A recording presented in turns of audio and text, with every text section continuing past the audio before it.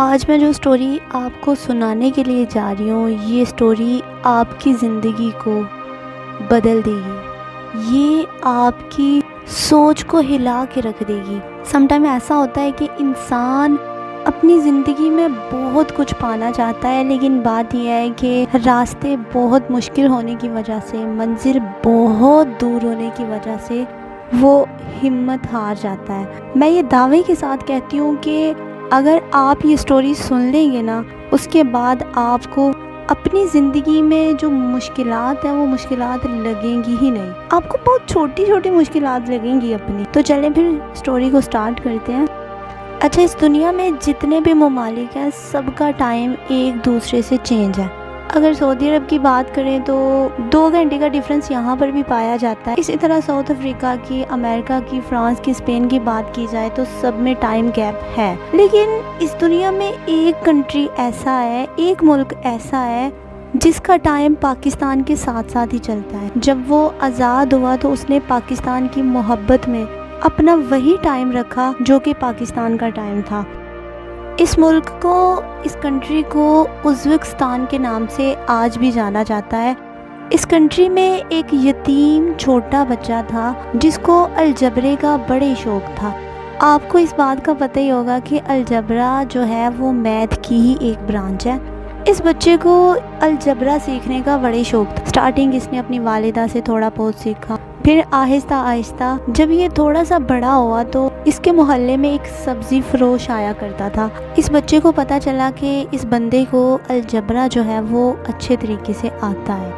اس بچے نے بہانے سے ہی صحیح پر اس سبزی فروش کے پاس آنا جانا سٹارٹ کر دیا۔ اسکول تو جا نہیں سکتا تھا کیونکہ یہ بچہ کافی غریب تھا، والد سر پہ نہیں تھا اور والدہ جو ہے وہ مشکل سے گھر کا گزر بسر کرتی تھی۔ جب اس بچے کی اس سبزی فروش کے ساتھ تھوڑی بہت فرینڈ شپ ہو گئی تو اس بچے نے اس کو بولا کہ میں تمہاری سبزی بیچا کروں گا اور آپ میرا ایک کام کرو، مجھے الجبرا تھوڑا سا سکھا دو۔ سبزی فروش مان گیا، اس نے بولا ٹھیک ہے تم میری سبزی بیچ دیا کرو اور میں تمہیں الجبرا سکھا دوں گا۔ یہ چھوٹا سا بچہ پہلے تو اس سبزی فروش کی سبزی سیل کیا کرتا، اس کے بعد اس سے الجبرا سیکھا کرتا۔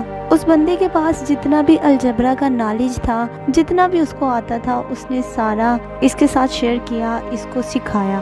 لیکن الجبرا کا اتنا سا نالج اس بچے کے لیے کافی نہیں تھا۔ اس نے اس سبزی فروش سے پوچھا کہ کیا یہ الجبرا میں مزید بھی سیکھ سکتا ہوں؟ مجھے یہ بتاؤ کہ میں کہاں جا کر سیکھوں۔ اس بندے نے بتایا کہ فلاں جگہ پر ایک لائبریری ہے اور وہ لائبریری تقریباً الجبرے کے ریلیٹڈ ہی ہے، مطلب اس میں جتنی بھی بکس ہیں وہ ساری الجبرے کے بارے میں ہی ہے۔ لیکن ایک بڑی پرابلم یہ تھی کہ وہ لائبریری صرف وہی یوز کر سکتا تھا جو بادشاہ کی فیملی سے یا اس کے قریبی ریلیٹیو سے بلانگ کرتا ہو۔ یہ چھوٹا سا بچہ اس سٹی پہنچ گیا جہاں پر وہ لائبریری تھی اور اسی کے قریب بادشاہ کا محل بھی تھا۔ ان دنوں بادشاہ کو پیٹ میں بڑا ہی درد رہتا تھا، اس کو بڑی آنت کا کینسر تھا۔ بادشاہ نے بڑا ہی علاج کروایا لیکن اس کو آرام کہیں سے بھی نہیں آ رہا تھا، اور بادشاہ نے یہ کھلے عام اعلان کیا ہوا تھا کہ جو بندہ میری اس بیماری کا علاج کرے گا میں اس کی خواہش کو پورا کروں گا۔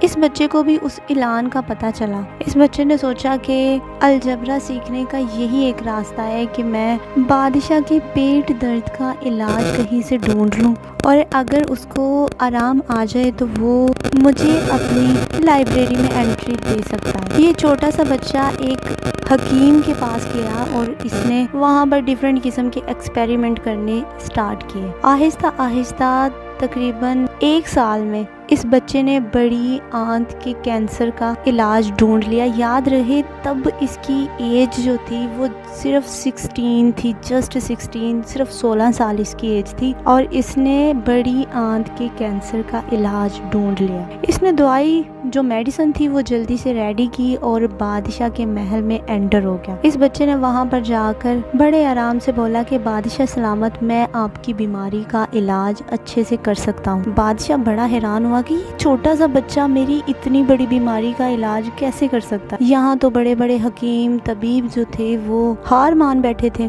اچھا، ان زمانوں کا ایک رول ہوا کرتا تھا کہ بادشاہ نے جو چیز پہلے خود مطلب جو چیز اس نے یوز کرنی ہے وہ پہلے کوئی اور پہنتا تھا. اگر کپڑے تھے تو پہلے وہ کوئی اور پہنتا تھا، پھر بادشاہ سلامت پہنا کرتے تھے. اسی طرح اگر کوئی میڈیسن ہوتی تو پہلے کوئی اور بندہ کھاتا، اس پر ایکسپیریمنٹ اگر کامیاب ہوتا تو پھر وہ بادشاہ جو ہے وہ خود میڈیسن یوز کرتا. بادشاہ نے ایسے ہی کسی بندے سے ایکسپیریمنٹ کروایا، وہ کامیاب ہو گیا تو بادشاہ نے وہ میڈیسن کھائی، وہ بھی ٹھیک ہو گیا. اب بادشاہ سلامت بولتے ہیں کہ بھائی بتاؤ ہم تمہاری کیا خدمت کر سکتے ہیں، کون سی خواہش ہم تمہاری پوری کر سکتے ہیں.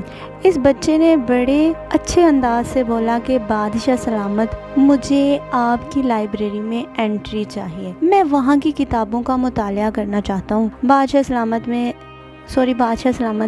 پرمیشن دے دی، اور ساتھ میں ایک اور بات بھی بولی کہ تم ان کتابوں سے دیکھ کر کوئی بھی چیز نوٹ نہیں کر سکتے. اگر ہمیں اس بات کا پتہ چلا کہ تم نے ہماری کتابوں کی نقل کی ہے یا پھر ان کتابوں سے دیکھ کر کچھ لکھا ہے تم نے، تو ہم تمہاری گردن اتروا سکتے ہیں. بچے نے بولا بادشاہ سلامت ایسا کچھ نہیں ہوگا، آپ مجھ پر بلیو رکھیں. اس بچے کو 1 سال کے لیے پرمیشن دے دی گئی کہ یہ بچہ اس لائبریری میں جا سکتا ہے اور کتابوں کی اسٹڈی کر سکتا ہے. یہ بچہ صرف واش روم کرنے کے لیے یا پھر کچھ کھانے کے لیے اس لائبریری سے باہر آتا، ورنہ وہ اس لائبریری میں ہی رہتا. جب 7th منتھ گزرے تو بادشاہ سلامت کو پتہ چلا کہ یہ تو بچہ بڑا ہی کوئی ذہین فتین انسان ہے، اس نے تو لائبریری کی ساری کتابیں یاد کر لی ہیں. تو بادشاہ سلامت کا بیٹا ٹھہرا نالائق. بادشاہ سلامت نے کیا کیا کہ اس بچے کو کانٹریکٹ پورا ہونے سے پہلے ہی لائبریری سے نکال دیا. لائبریری سے نکلنے کے بعد یہ بچہ کافی زیادہ رویا، بہت زیادہ بیمار بھی رہا، لیکن پھر ٹھیک بھی ہو گیا. پھر اس بچے کا جو انٹرسٹ تھا وہ طب کی طرف بھی کافی زیادہ ہو چکا تھا اور الجبرے سے ہٹ چکا تھا، کیونکہ اس نے بادشاہ کی بیماری کا علاج کیا تھا. پھر یہ بچہ بغداد چلا گیا اور وہاں پر جا کر اس نے 500 سے زیادہ کتابیں لکھی. یاد رہے کہ اس وقت کی جو کتابیں ہوا کرتی تھی وہ زیادہ سے زیادہ 50 سے 60 پیجز پر مشتمل ہوا کرتی تھی، اس سے زیادہ نہیں تھی ہوتی. لیکن اس بچے نے 500 سے زیادہ کتابیں لکھی. پھر لاسٹ پر اس کی ڈیتھ ہو گئی. اس کے مرنے کے بعد اس کی کتابوں پر ریسرچ کی گئی، ڈیفرنٹ لینگویجز میں ان کی کتابوں کی ٹرانسلیشن بھی کی گئی. یہ وہ سائنٹسٹ ہے جس نے مرنے کے بعد اس دنیا میں اپنا نام بنایا. اب اگر آپ کو سمجھ آ گئی ہے تو ایمانداری سے ویڈیو کو یہیں پہ سٹاپ کریں اور کمنٹ باکس میں ایمانداری سے لکھیں کہ یہ کون سا سائنٹسٹ ہے جس کی میں نے آپ کو سٹوری سنائی ہے. تو جن لوگوں کو نہیں پتا ان لوگوں کو میں بتا دوں، یہ وہ سائنٹسٹ ہے جس کا نام آپ 9th اور 10th کلاس میں بہت دفعہ سن بھی چکے ہیں. اس کی بایوگرافی آپ پڑھ بھی چکے ہیں، لیکن کمپلیٹ بایوگرافی جو ہے نا اس کی وہ 9-10 کی کتابوں میں نہیں لکھی گئی. اس سائنٹسٹ کا نام بو علی سینا تھا، جس کو ابن سینا بھی کہا جاتا ہے. تو جو لوگ اپنی زندگی میں کچھ پانا چاہتے ہیں ان کو میرا ایک ہی میسیج ہے کہ بو علی سینا نے یا پھر ابن سینا نے اتنی مشکلات کے بعد بھی ہار نہیں تھی مانی. اس کی زندگی میں اس کو نام نہیں ملا، لیکن مرنے کے بعد آج بھی اس کی کتابیں یونیورسٹیز میں ایز اے سبجیکٹ پڑھائی جاتی ہیں. اس سے زیادہ کی مشکلات آپ کی زندگی میں نہیں آئی ہوں گی. تو آج کی ویڈیو میں جسٹ اتنا ہی. لاسٹ پر السلام علیکم ورحمۃ اللہ وبرکاتہ.